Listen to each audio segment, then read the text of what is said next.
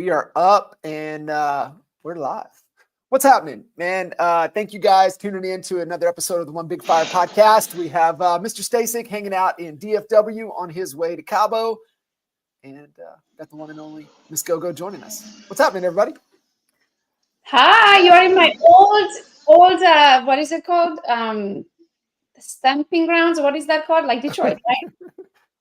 No, he's actually in Dallas. So Dallas. My old stomping ground. DTW. DFW. Got it, Dallas. Because Detroit is DTW. That's what I heard. I heard Detroit. Actually, very cool. We're on our way to the One Big Fire Cabo event with the Mr. Brick Gove, and we got Ed Milet speaking there. We got a bunch of big speakers that are going to be there, and I'm excited too. It's first time in Cabo, so we're going to check it out. Oh, is this your first time? Oh, yeah. You love it. You love it. Can't wait. You have a great time. It'll be awesome. So, Gogo, Al, and I we're chatting a little bit. You know, we've had the opportunity to have you on multiple conversations, and just kind of thinking, kind of the angle that we really wanted to go, the conversation we wanted to have, and I think it'd be really.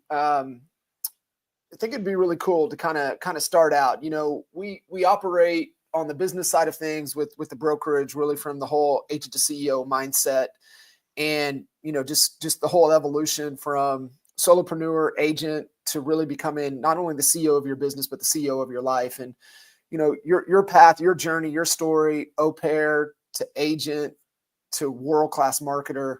And as you know, that's our belief, right? It's not the best real estate agent that wins. It's the best marketer that always wins. And I would just love for you to kind of, you know, from a mindset perspective is what we were kind of thinking about, and really wanting to hear from you, the mindset, the thought process, the angle that we, you know, want to go, the path, how we want to be thinking about things as the evolution in business in general, but specifically speaking to real estate agents to grow their business and grow their, you know, organization.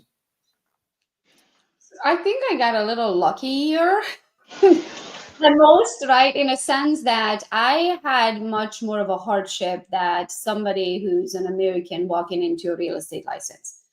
Right? So if I guess so if you think about it, when I got licensed in real estate, like I knew no one, but most importantly, no one knew me. Right? Because it's not about who you know. Yeah, it matters who you know, but it most matters who knows you. Right? And so since I was 21 when I came to the US, I have no college friends. I have no cousins. I have no, you name it, I don't have it. Right? Well, most Americans who go and get a real estate license, they have all that. At least they have childhood friends, a couple cousins that's going to buy houses from them. You know what I mean? Like they have at least the basic, the foundation. Since I didn't have any of that, I kind of had to make sure. Plus, also, I'm the sorest loser too. I'm like, if I'm doing anything, I have to be on top of the list or not on the list at all. So it's just, I only have a plan A plan all the time. I don't have plan B. Second place will never be good enough. I'm the biggest loser if I'm in second place. I don't care. Like every time I see these like rankings, right? I don't care. I passed 89,000 of them. I'm like, who the mother plunger for in front of me? Right? Like that's just how my brain works. And so since my hands were so set tied, I had to make a name for myself. I didn't have another option to figure it out. You know what I mean? So I think if you put everyone in the hardship of you just going to have to make a name for yourself and what is it going to take, they would all figure it out. They would all be totally fine with putting themselves in front of the camera and being findable, right? You just need to exist. So when somebody is ready to make that decision, you are at least an option in their head. Most agents don't want to get in front of the camera, which means you're never even a decision-making option in their head. They're not choosing between you and another agent. They're choosing between another agent and another agent because you don't exist, because you don't have the social presence, right? And then eventually, if you want to take it even one step further, in my mind, I don't have to negotiate my commission. I know I have the job when I walk in on the door because they literally reach out, be like, hey, Gogo, we're having a baby. Can you sell our house, right? And today, now I'm at the point where I'm not hireable. Like my hourly rate today is $2,400 an hour. If I'm not making $2,400 an hour, I can't do it because I'm losing money, right? So at any given point, like on a listing, if you're really good at what you do on the listing side, you'll spend at least 10 to 12 hours with the seller, right? That's from the moment that you have the initial phone call, you drive out to their property, you have the chitty chat for half an hour to their property, go home, do the docs, send it over for electronic signature, do the listing. Even when you have a TC and an assistant and an admin, you're still very much involved in the process. You look over your listing, make sure the T's are, crossed and the I's are dotted, the right price. Then you need to market it. Then you need to get all the phone calls for negotiations. So you still end up being involved 10 to 12 hours, I would say, in average, if you're good at what you do, like if you have it down to a science as a listing agent. So if that's the case, that for me, a minimum is $24,000 for me at a very minimum, if you're counting 10 hours of my time, right?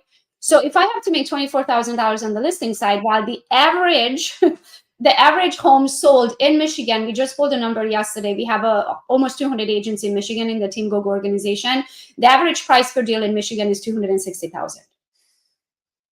It is not worth my time, right? I can't. The only way I can look at this, if my average price reaches $1 million, which is like barely exist in the Pinckney, Michigan area when I'm licensed, right? And now if you take it one step further and you go into the buy side transactions, right? If you look at the buy side transaction in average, especially when we were in the multi-bidding situation, when you had to show 10 houses and make 8 offers and none of them got accepted, right? If you look at that, then you're at least 30, 40 hours in with a buyer from start to finish. By the time you did the showings, to the negotiations, to the home inspection, all the way to the walkthroughs, and oh, we forgot to measure for a fridge and then take them back because my parents are in town. And you know how that goes on the buy side. Now you're 30, 40 hours in on the buy side. Now you're talking, I need to be making 80 grand for me to worth my time, right? So when you become really good, the idea of becoming really good with marketing is to become the best in the industry, where they so said beg to work with you. You'll never have to negotiate your commission. You know what you bring to the table. You're not going against other agents because they literally will call you to be like, we only want to work with you. Mm-hmm. It's like, I don't know why anybody in their right mind wouldn't get in front of the freaking camera. You win before you walk in the door. Yes.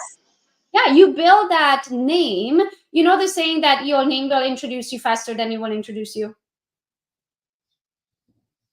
Yeah. I don't need to introduce myself. They know who I am because I put myself on camera. How do you break through that limiting belief, right? Because there's so many people that just have that mental roadblock that's stopping them. How do you go about building that belief? I mean, maybe a little bit different for you, but how do we coach people through to start to develop and have that internal belief that this is, what has to happen in order for them to be able to thrive moving into the future? Might be the business answer you guys want to hear, but here's the answer. I believe in God. I believe that God created me, and I believe that God doesn't make mistakes. So if he created me this way, I'm perfect. I don't need to change. All I need to do is stay in my lane. All I need to do is be me. Because what is designed for me to have in this life based on my skill set that God gave me, right? All I need to do is take action. And the thing that changed my mind, it's not that it changed my mind. I always believed in God. I didn't always walk the belief, right? So if you think about it, you only have fear when you have no faith. You cannot have both at the same time. So the only time that you're fearful of anything is when you don't have your faith. So I'll tell you this story. It literally gives me chills every time because it literally, that moment changed my life. I was flying and I used to be deadly afraid of flights. So I used to do for 2 weeks prior to flying, I would have diarrhea. Like I'm not kidding. Like I used to be afraid of flying, but I knew that's what it takes to go to places, to learn things, to meet people, to get out of the everyday grind, right? Even today, when I get on a plane, I put a cross on it. As I go on there, I literally touch the plane and put a cross on it.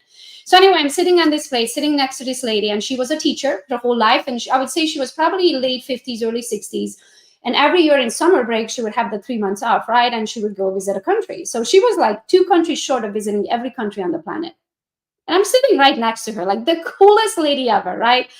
And we chitty-chatting, and for whatever reason, this plane is taking a long time to take off. So I don't know if they were fixing something or whatever. I felt like I got to really know her, and we are still on the driveway of the, what is that called?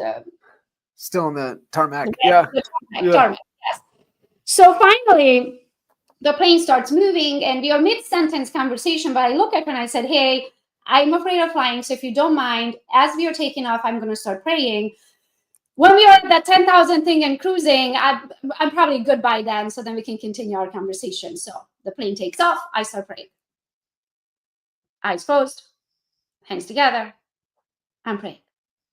And then I feel this. She's like hitting my leg. And I'm like mid prayer, right? And I'm like, do I open my eyes? Do I act like I don't feel it? Like, this is kind of weird because I did give her a heads up that I'm going to be praying, and usually don't bother people when they're praying. Like, I wouldn't bother you if you told me you're praying. You know what I mean? So anyway, I open my eyes, I look at her and I'm like, yes. And she goes, do you believe in God? I'm like, yes. I mean, I literally just told you I'm praying. And she goes, do you believe in God all the time or just sometime?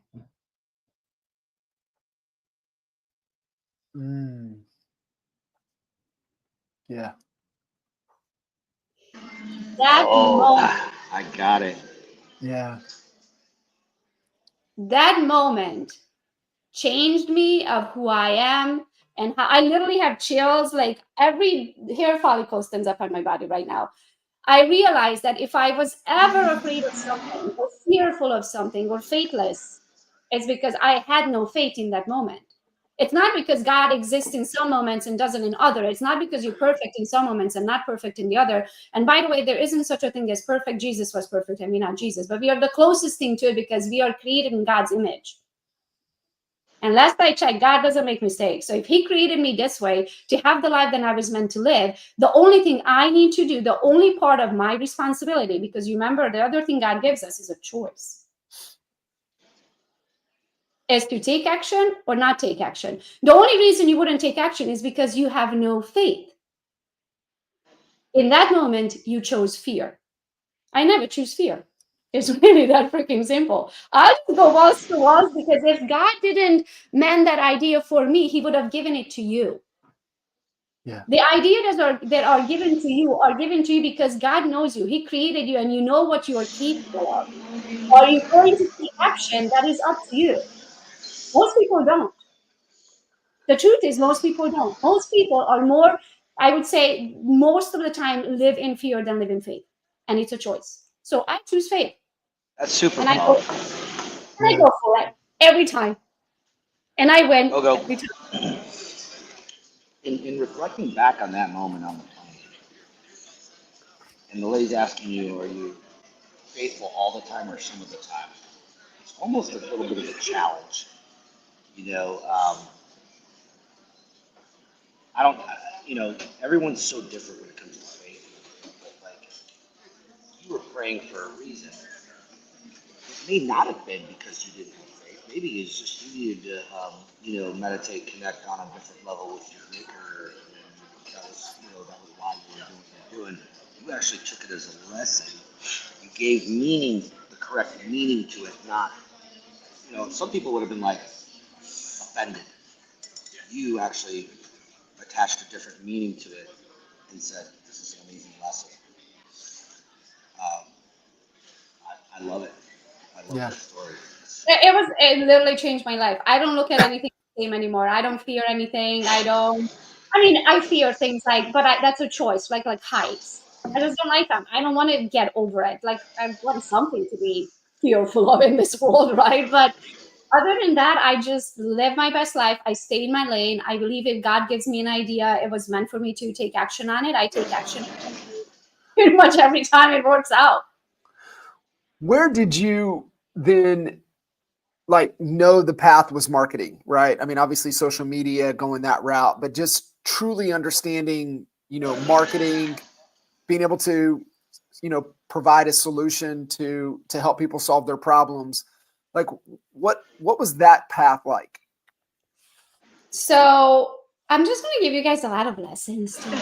I like it. Okay. So the next thing is like, people's like, what's your purpose? What's your purpose? And it sounds like such a big question, right? And I've never really been able to answer it. I've never felt like I had a talent, right? Like where some people are like, ooh, from the day they are 5 years old, it's like, ooh, I'm going to be a ballerina, I'm going to be a vet, I'm going to be a doctor, I'm going to be a pilot. I'm like, I'm 43 years old. I don't know what I'm going to be when I grow up, right? Like, I don't know. So I heard someone say your purpose is what is that thing that you would do even for free for the rest of your life, and you would wake up every morning and you would be so excited that you get to do it again, right? In other ways said, if I may use this quote that pretty much just says that if you love what you do, you never work a day in your life. So for whatever reason, I am good at marketing. It's like I don't know why. It's just how my brain works. It's how God wired me. I have no problem. I think it also has to do with I really don't think about me. I never think about them. I hate to put it that way. But when I create content, I don't create the content thinking, oh, I wonder what Yasmin's gonna think of that. Like, Yeah, I just go. oh, But I have to stop you because I think from my observation when we met, yeah, I think you were marketing and you were marketing on Instagram. You were shooting videos. I think from the past conversations we had, you didn't really have a certain strategy. You were just like grabbing the phone and shooting. Then yeah, you became and transformed into a marketer, which means you had purpose behind every piece of content you were putting out there.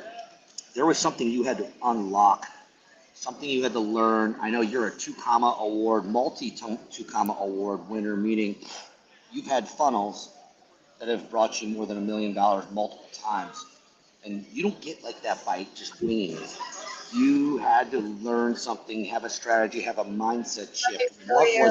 What was it that did that? Because nobody just goes there you go. and buys ClickFunnels and starts making seven figures. That's not how it works. I know that. You Yeah. had an epiphany or a shift.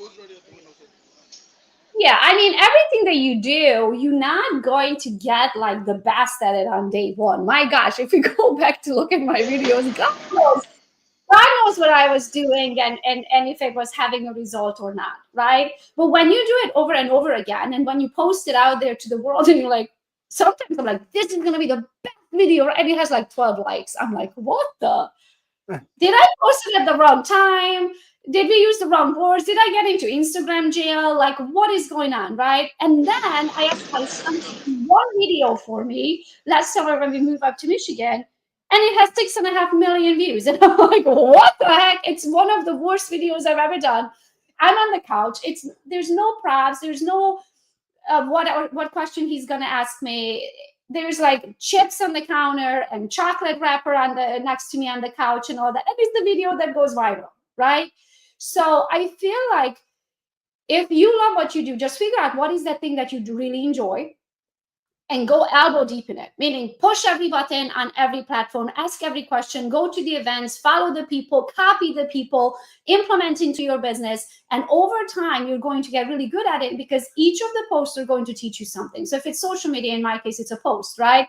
I realize that when I go live, less people come on there. So I'm like, why would I do a live? It's clearly not working for me. And it's not my audience. My audience is busy out there in the field. They don't have time to come on a live, right? They're going to watch it sometimes later, right? So you'll see that what's working for you. So if it's open houses, right, you might do it at 11 o'clock on a Saturday because that's what everybody does their open houses. And then you have two people walk through, and then you might say, you know what if I try it on a Thursday?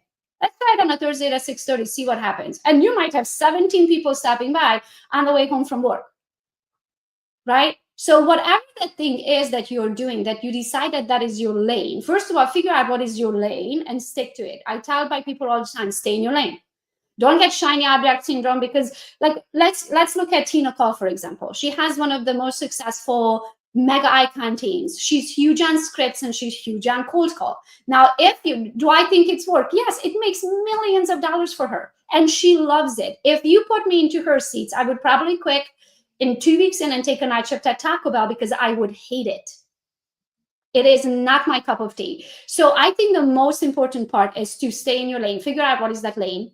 And then when you figure out what your lane is, become the best at it. Be the first one up, be the last one down, go to every event, follow the people that been there where you want to go, read the books, go to pay for the coaches, go to the masterminds, like outwork, out hustle everybody in that lane. And then eventually it's lonely at the top, right? Eventually that lane becomes a path and you're the only one on it. Even though it was like a marathon and 50,000 of you started at the same time, eventually there's just like one person at the very end is just keep running and they look back and you passed everyone. So find your lane, stay in it, and become the best at it. Like mediocre, if you decide to do something, mediocre is not why you started doing it in the first place. Yeah. It's obsessed, right? You have to be obsessed about the thing, or you're going to be, like you said, average. And I just, especially in this industry, average, you're not going to make it. And I mean, really, like you said, find your lane and become obsessed. And I see it so many times, right? Like, this is what you're supposed to do, right? Like you said, with Tina's model, this is what you're supposed to do. You're supposed to hit the phones. You're supposed to hit that. You're supposed to do this. And some people just aren't wired that way. And there's so many other ways to go about accomplishing the outcome and accomplishing the goal of what you're trying to do. It is, yeah. I mean, spot on advice, for sure. And also I feel like if you could force it. I mean, if my kids are starving, I can do anything. If that was the only way and my kids are starving, I will have a mega icon team. I will run it. I will have the overhead. I will make millions. I could do it. But eventually, if you're not in your lane and you keep going with that speed and you're not enjoying it, you're going to give up because you're going to burn out. It's not sustainable, right? It's not sustainable at all. And, you know, it goes back to kind of the values, and it goes back to one of my favorite values at EXP, and it's sustainability, right? Every decision that this company makes, is this going to be sustainable for the long run, for the future, for the next 20 years? Is this a sustainable decision? And you get to a point, I don't question the decisions that leadership makes anymore, because they've proven themselves over the last 7-8 years that we've been, on this rocket ship. They've proven themselves. They make sustainable decisions.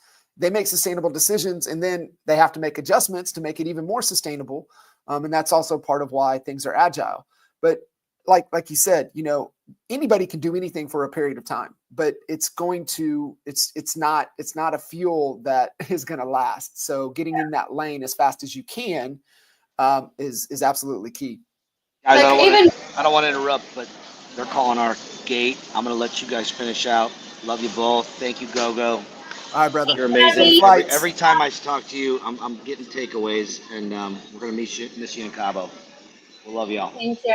See you, bro. Yeah, have a good night.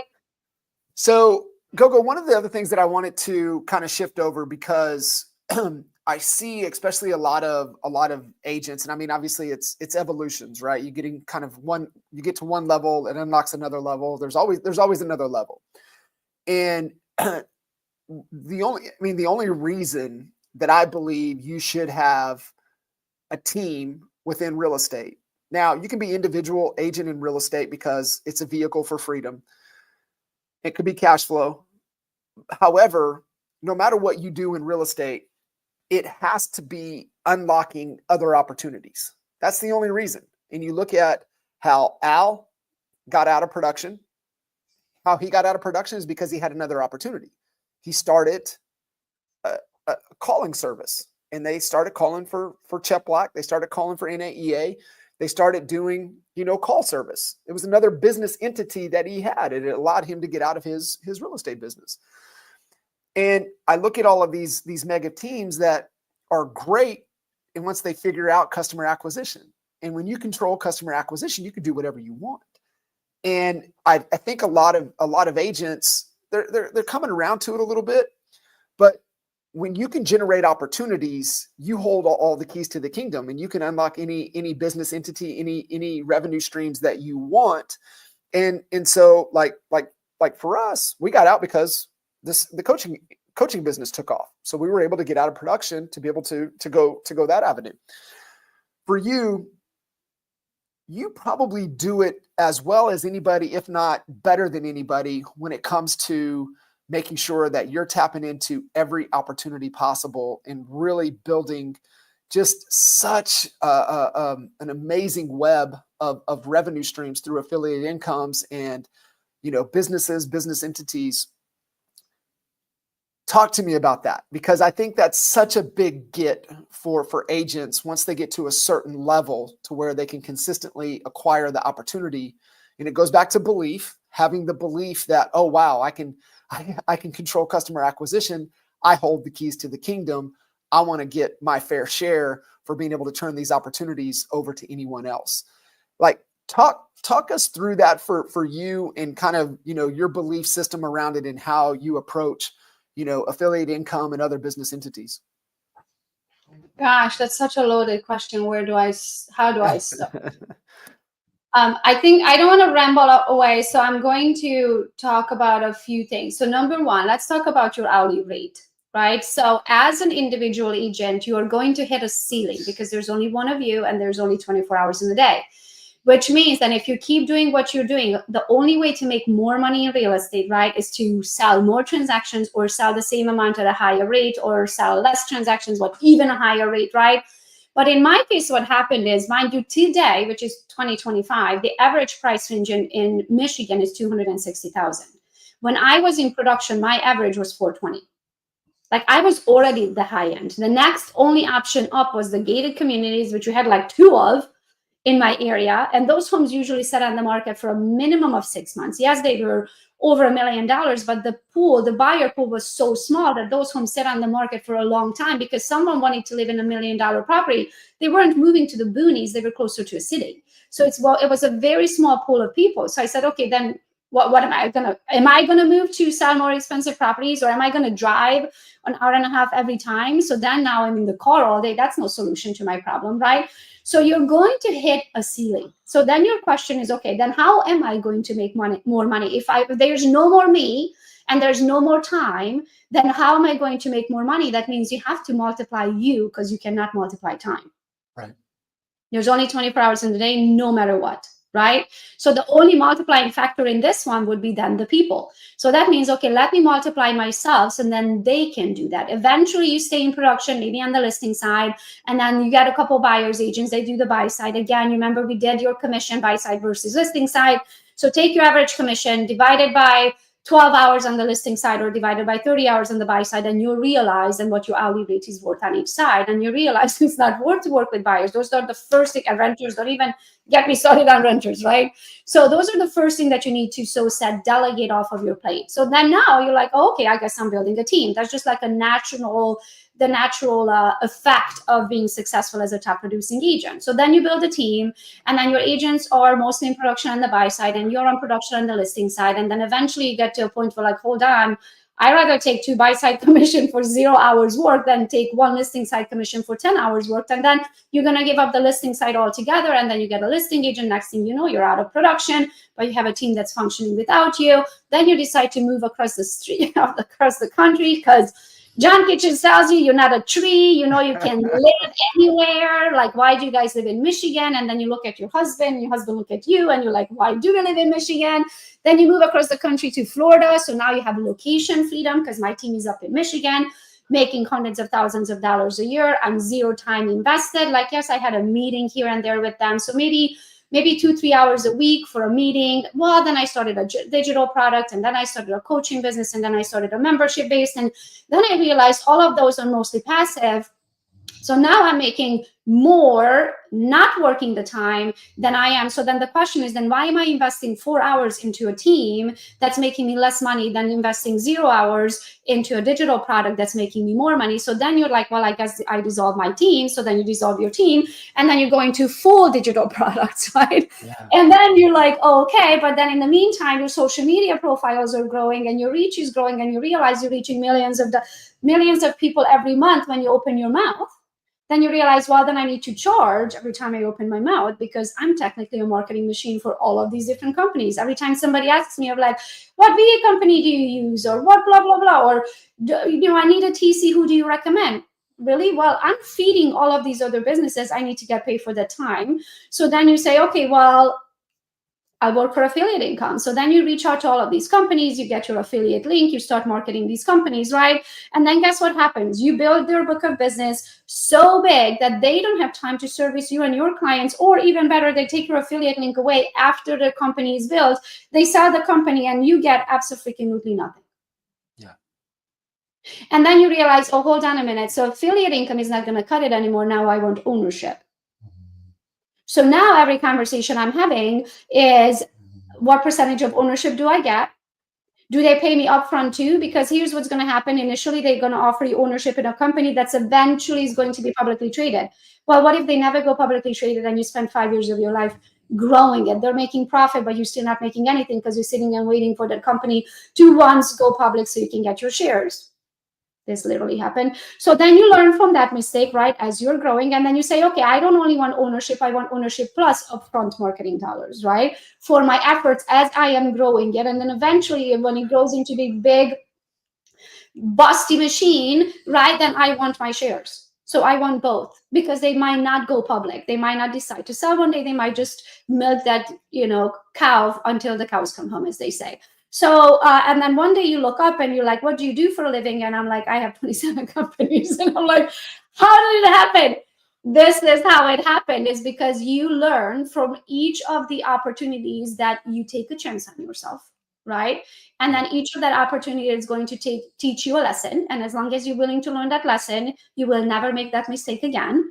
And then you just keep growing. And next thing you know, you're having these conversations in boardrooms with a bunch of 60-year-old white male, and then there is little Gogo that shows up, right? But it is really an amazing evolution when you watch yourself of how far you have come.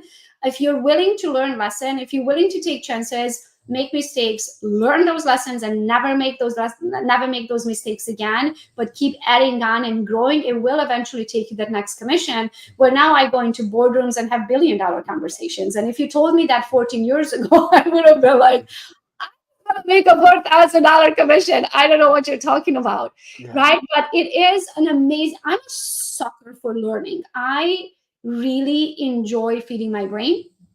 And I really hate being dumb. And for me, when I don't understand something, I don't like that feeling. So I will ask, I'm usually that teacher's pet. Every event I go to, any Zoom call I go on, any opportunity that's in front of me, I don't care how stupid I may sound when I ask my questions.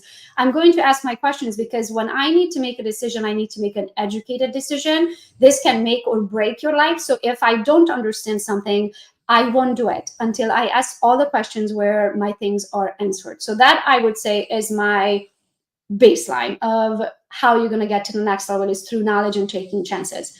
The other thing that I think it's very important when it comes to said affiliate marketing, right, is your trustworthiness. You are as good as your word. You will never see me market any product or any service that I don't love and trust and personally use. Or I have vetted them, meaning that I don't personally use it. Like I have now a database company that I'm going to be mentioning here soon for all the realtors, because for as little as $100, you can get as much data as many phone numbers, email addresses, you name it. You can have it for $100 a month. I'm like, you're freaking kidding me? Like that is a gold mine in real estate, right? Now, I'm not going to use it because I'm not in production anymore, but I have vetted them and I researched them and I realized it is the best thing since sliced bread for the everyday agent now. But 99% of the time, if I ever open my mouth about a product or service, it's because I have tried it or currently using it and I love it. I don't care how much they would pay me. I would never take a payment for a service that I don't actually love and believe that it is there to serve somebody else's life and business, right? Because I think it's very important. Like you can spend 14 years building your reputation and you can ruin it in 5 minutes by attaching your name to a product or service that will drag it into the ground with it, right? So I think it's very important to stay true to yourself and only do things that you believe in and not for money. I love what you said there, right? Because I'm always listening for what are people's processes, and are they moving towards something or away from something? And one thing that I kind of caught from your first time, and all the conversations you and I've had is, I'm not going to look dumb. Like just plain and simple, I'm not going to look dumb, and I have just this unwavering hunger for learning. And the only way you learn is through failure. And that's the process. It's through it. And that is the process. And listening to a lot of, understanding kind of greatness, right? Like I'm not a sports like homer and I go where, but I do pay attention to greatness, right? I was never really a Tom Brady fan, but I paid attention to Tom Brady. It's like, what is the process? Like he's one of one. Like what is he doing? What is he going through? And then you listen to a lot of like the Kobe, the Mamba mentality, and it's like he loved to dominate. He loved to put his foot on people's throats, but the next day he was at practice, right? And I love just what came out of the Super Bowl with AJ Brown and Jalen. Like AJ went right on social media and he goes, "Listen, I thought the championship was going to be great. It's been 2 days. It's back to work, right? Like, I don't like this. I don't like sitting here holding the trophy. Like, I love the work. I love when I'm running by a DB and his head drops because he knows he's beat. That's what I love, right? What is the process that drives you to be able to, continue to pursue greatness? Because you never get there, right? It's just always a process. And I loved what you were saying there, right? As you were kind of talking about kind of the keys to, it's just a process, and is this always another level, and is to just continue to evolve. But the only way you get there is through learning. Mm-hmm. Oh, I love it. I absolutely love the process. I absolutely love when I learn a lesson, when it like gets nailed in. I'm like, ooh, well, that was good. I guess I'm never going to make that mistake again, right? Yeah. Also reading contracts, signing NDAs, like all of these things that you just get really good at it because you're signing your life away, right? So you will sit there and read contracts for days at a time because some of these contracts are like 47 pages long, right? And then even though I have now a whole team of attorneys and what I call a board of directors, and they read it for me and I trust them, but they don't really understand because I get into so many different businesses, right? So I have fractionalized real estate businesses. I have blockchain technology businesses. I have digital products. I have coaching business. I have the downline at EXP. I do nationwide referrals. Like, you name it, like it's just so different, right? Like, yes, I started out in real estate, but today, as we are making money, right, I have to learn to invest into different things, from syndications to Airbnb, short-term rental, long-term rentals, all of these. You have to get good at all of these different things, right? And so you have to represent yourself and your best interest. So you'll find yourself sitting there and reading these contracts, and I'm like, how did I get myself? Like, what am I now? I'm an attorney, right? But you have to be able to learn and grow with it, because you can't rely on third parties. They don't really understand who you are and where you're going and where you're trying to take your business. And I think the next thing that is super important in the process, there are phases to money. And I feel like most of our lives, we are taught to make money, right? Like, we spend so much time in this era of how to make money, right? And then when you get to this like top part of like you are making your money, right? The question is, what the heck to do with it? Like, how many of you that are watching or listening right now, you can say that you were born into a billionaire family with a silver spoon in your mouth? Like, and anybody? Nobody listening to this. Anybody belongs to Elon Musk? Like, are you one of your 14 children? And if you are, you're too young to be being an entrepreneur anyway, right? Yeah. So I don't know anybody that was born into a billionaire family that can truly advise you. And if you think about it, should you ask your friends what to do with your millions, that like the most money they ever made was like a $46,000 salary, right? Working full-time for driving an hour there, an hour back a day. No, it's not the right person to ask. They don't know. They truly, not because they don't care about you or they don't want to help you. They just don't know.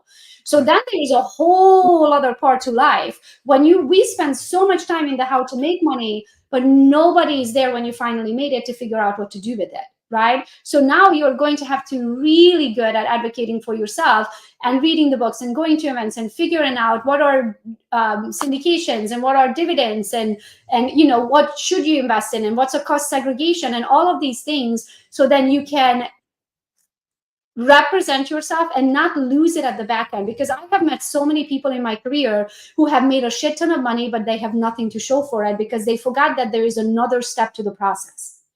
Right? So the education, guys, never stops. You might not be learning how to make more money. You will be learning what to do with that money. And then eventually you will learn of what you will have to learn to let your money make you money. And I think that is the hardest part, because if you look at me now, I'm 43 years old today. I have spent 43 years of my life, which is by far is 100% of my life, right? I have spent 100% of my life working for money, trading time for money. Right. Now I need to figure out how to spend the rest of my life of not trading any time for money anymore, but making my money make me money, which is the concept that I spent 0% of my life on, because it wasn't a problem. So as you're growing, you're going to be faced with different lessons. As long as you're open to it, to learn it, I feel like the process is the best part. The process is where you like get all of these little rewards. Like you get a reward for making money, and then you get another reward to be building a team, and then you get a reward for building an online digital product, and then you get a reward for getting investments, and then you get a reward for having a, 7-digit in stocks, and then get a reward for finally going a little bit into cryptocurrency and Bitcoin and all of these things. And then you get a reward for, as long as you keep getting those rewards, you are going to get a smarter person. And then I don't know where the end is. I don't think there is an end necessarily, because there's always somebody that's doing better than you. But as long as you enjoy the ride of researching, like I always say, if I can do this, then what else can I do? Mm-hmm. Yeah. It's just a great belief system, and it all is rooted obviously back in our values and in the things that we're not going to tolerate, but it all does fall within the process, and it just everything defaults back to it. So it's amazing. Gogo, you're incredible. I appreciate you carving out a little bit of time for us, really pouring back in, and really the whole intent and goal of the One Big Fire conversation. We can burn pretty bright on our own, but it's pretty massive when we come together and put that one big fire into a big, massive. I'm a proud honey badger. Yes, you are. You guys Awesome. changed I remember the first event I went to, and coming out of Real Estate One in Keller Williams, right, where it was mostly like a closed door policy. Coming out of those type of brokerage rooms, going into the very first event with you guys where everybody openly shares, and there was this guy who just tapped me on the shoulder. He's like, "Oh, I'll just give you that spreadsheet. What's your email address?" And I was like, "Yeah, what? Like, I don't. I'm sorry. What's your name? Like, I don't know. You don't owe me anything. Why are you giving me this tracker?" Like, I was emailing my team to build a tracker for me by the time I get home. It really changed my life. So for all of you who are listening, and this might be the first thing that you listen to from the Honey Badgers, I strongly recommend. It will change your life if you start going to events. It will change your life if you start meeting people. And the more you give, the more you get, right? So today there is no one in the company, no one in the Honey Badgers world, then I can reach out to ask for something and they wouldn't give it to me in 2 minutes, right? Because they know that in return I would do the same. So take advantage for these relationships. One big fire means that we all bring our log, throw it on the same fire, and then together imagine the fire that we can build together versus you having your own little bonfire on your own. So make sure you bring your log, meaning you bring your knowledge, share your knowledge with the people, because we all hold knowledge on something, right? We can all help each other. And when we throw a log on the same fire, we will all shine bigger and better together. That's right. Awesome. Well said. Gogo, thank you. Thank you, guys. Thank you so much, guys. See ya. Thanks for having me.